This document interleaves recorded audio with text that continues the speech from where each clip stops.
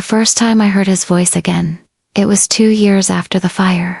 I woke in the middle of the night, drenched in sweat, the kind that sticks like guilt. At first, I thought it was the wind brushing against the broken shutters. But then I heard it. A whisper. Soft, shaking, familiar. Clara. My heart stopped. No one had called me by that name in years. The attic above creaked. For a moment, I couldn't breathe. The house was supposed to be empty. No family. No friends. Just me and a pile of forgotten canvases, waiting for paint. I stared at the ceiling, the wooden boards trembling with a slow rhythm, like someone walking just above my bed. Then, a faint thud, followed by another whisper closer this time. Why did you leave me in the fire? My body went cold. That voice, it was Elias. The same voice that used to read poetry to me. The same one that screamed my name the night the studio burned. But Elias was dead. I buried him myself. Outside, thunder rolled across the valley. I pulled the blanket tighter, listening as the house moaned under the weight of the storm. And then, from the ceiling above, a sound of dragging. Slow, heavy, like something or someone was being moved. I grabbed the candle from my bedside table. Its flame wavered, casting shaky light on the peeling wallpaper. Who's there? I whispered, my voice barely holding together. The ceiling responded with silence. Only the wind. Only the rain. But when I looked down, I noticed a thin layer of ash on the floorboards, drifting down from the attic door above. And beneath it, footprints.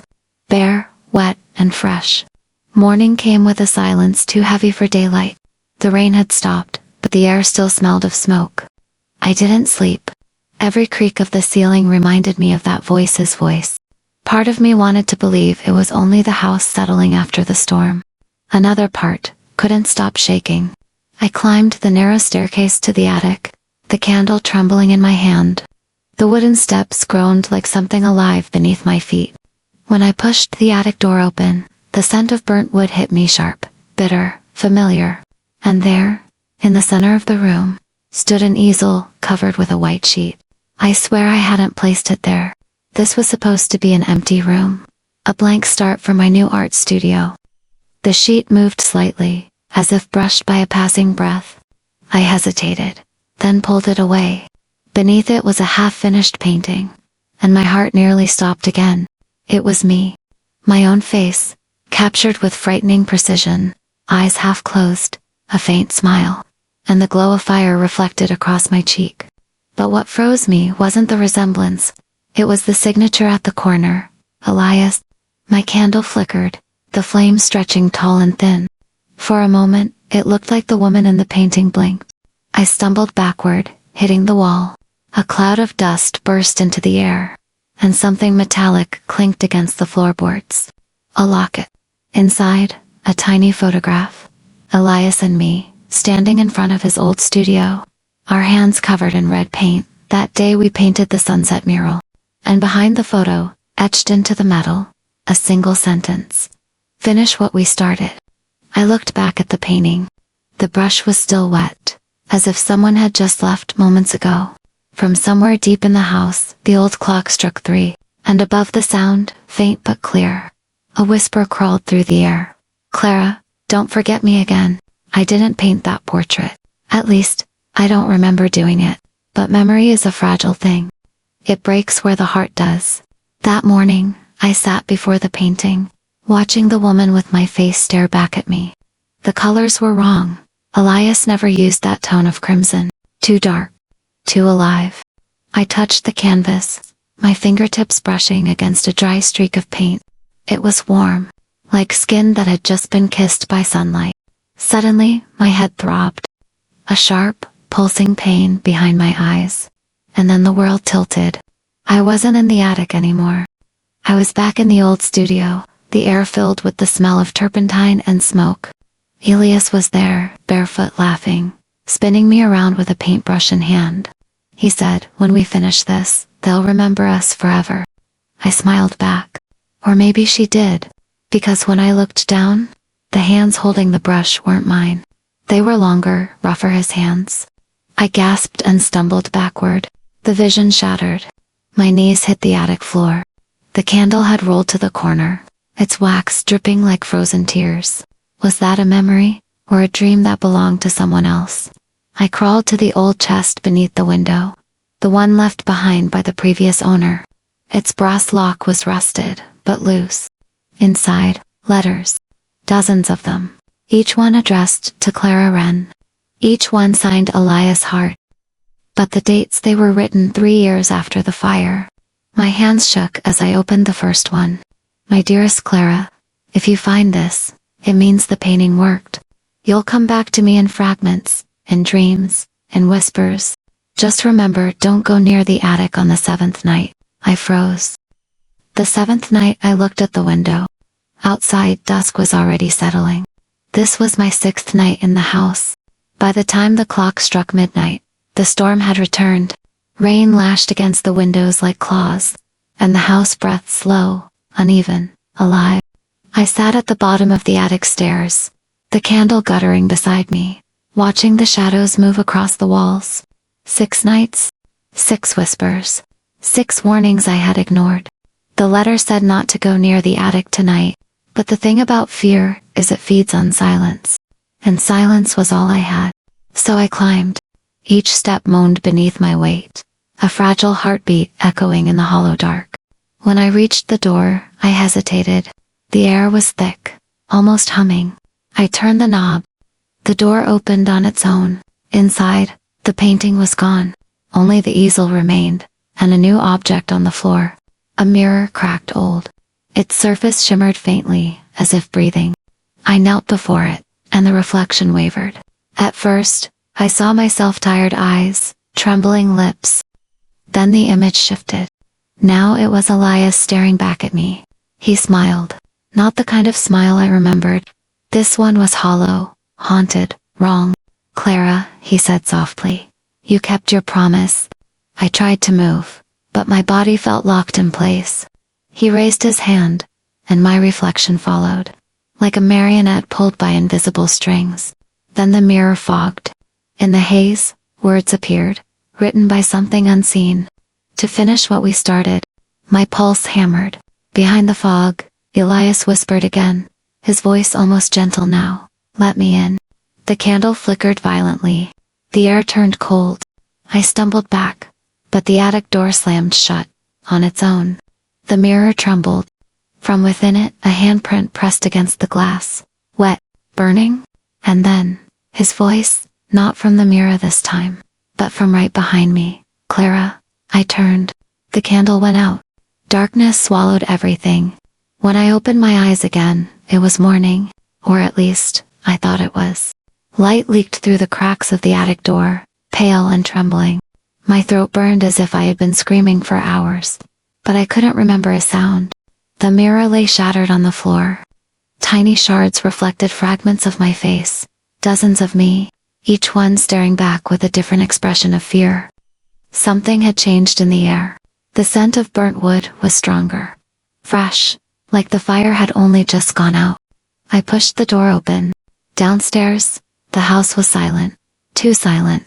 The grandfather clock no longer ticked.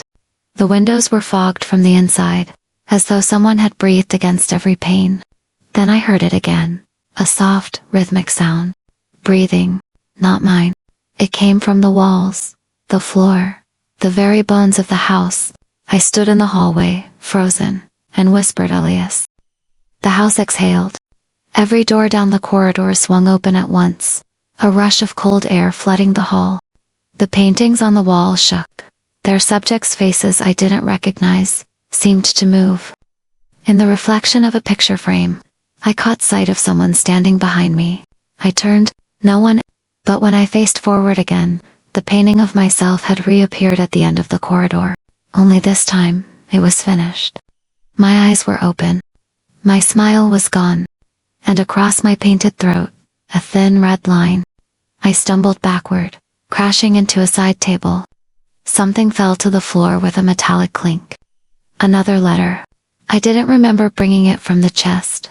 Hands shaking, I opened it. My love, you've crossed the threshold. The 7th night is over, but the house remembers. I tried to keep you out.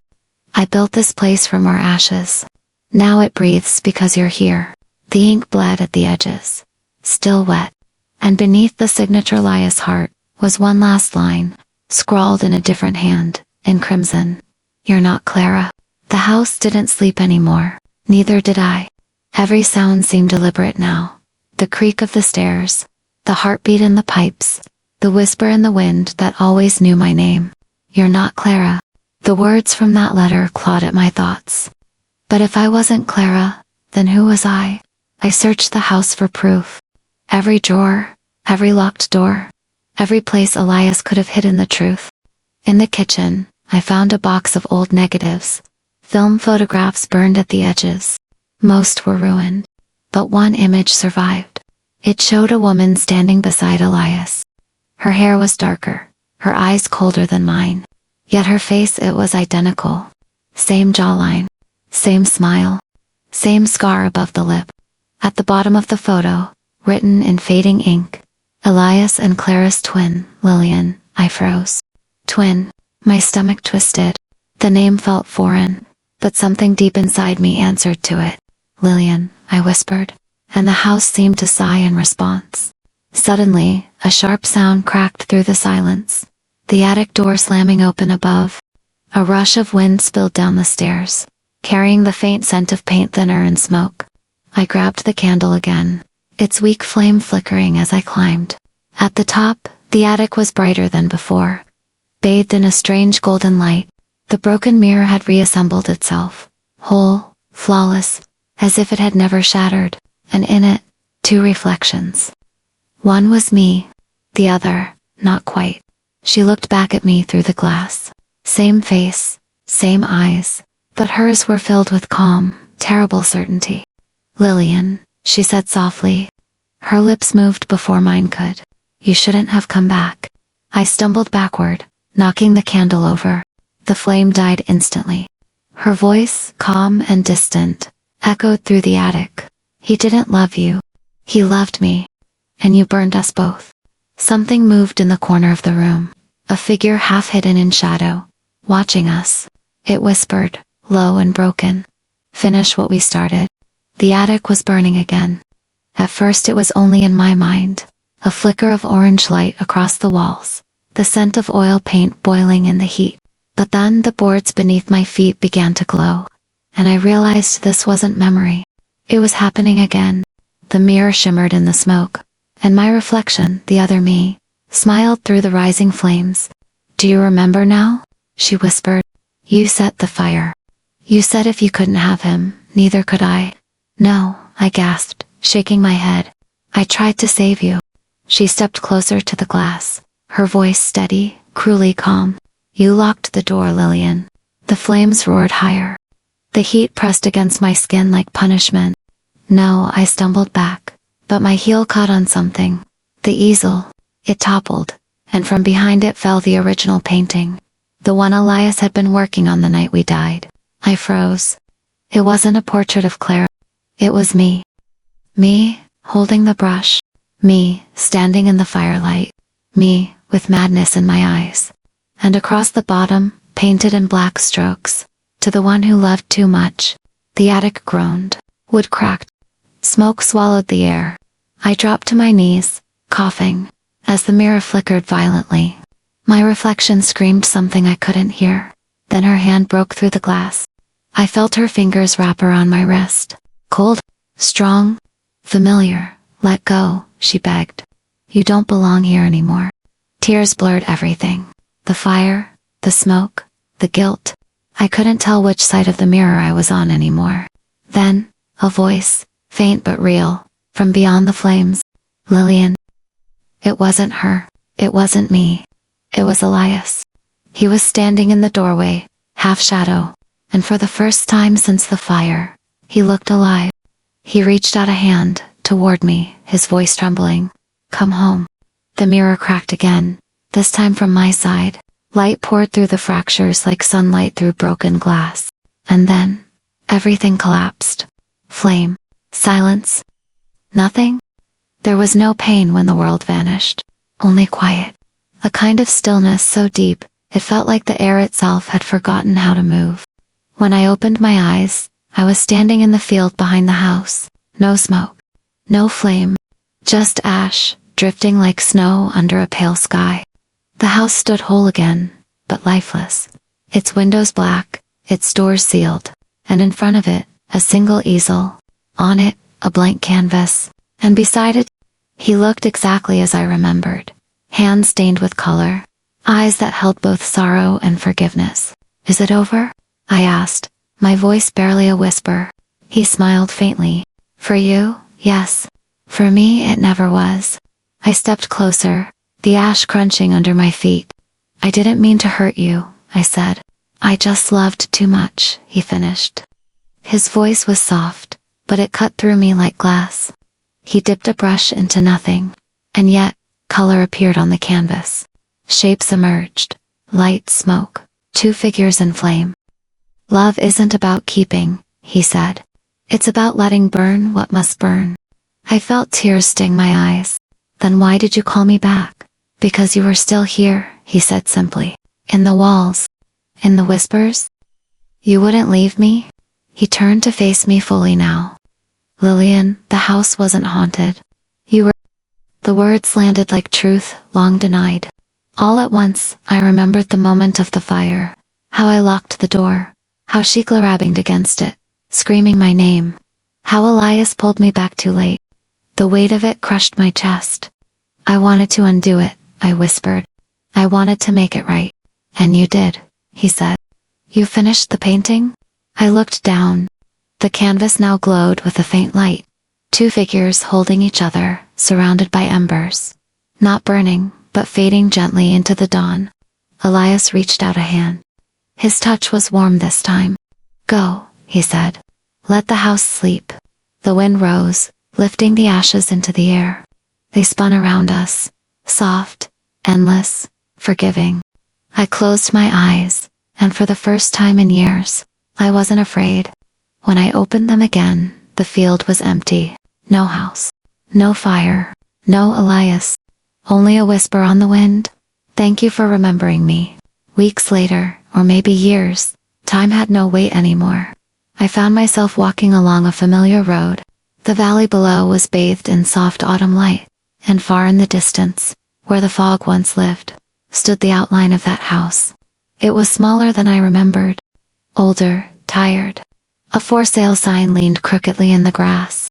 No more whispers. No more breath. I walked toward it anyway. The door opened without resistance, the hinges sighing like someone relieved. Inside, the air was warm and still. No paintings. No mirrors. Only dust and the faint scent of turpentine. The ghost of art itself. I stepped into the attic one last time. The sunlight came through the roof's broken beams, scattering across the floor like gold. In the center stood an unfinished canvas, blank except for one faint word written in the corner. Forgiven, I smiled. For the first time, it didn't hurt. I took a deep breath, and exhaled, feeling the walls loosen. The house released me. From outside came the sound of a car pulling up. A young woman's voice called out, bright and curious. Hello, is anyone here? I'm the new owner. Footsteps on the stairs. Laughter. A new beginning. I turned toward the window, the light pouring through me like wind through glass. And for a brief, fleeting moment, I saw Elias standing beside me again, his hand brushing mine, not to hold me back, but to let me go. Goodbye, I whispered. The sunlight brightened, and the house, once haunted by memory, finally remembered how to forget.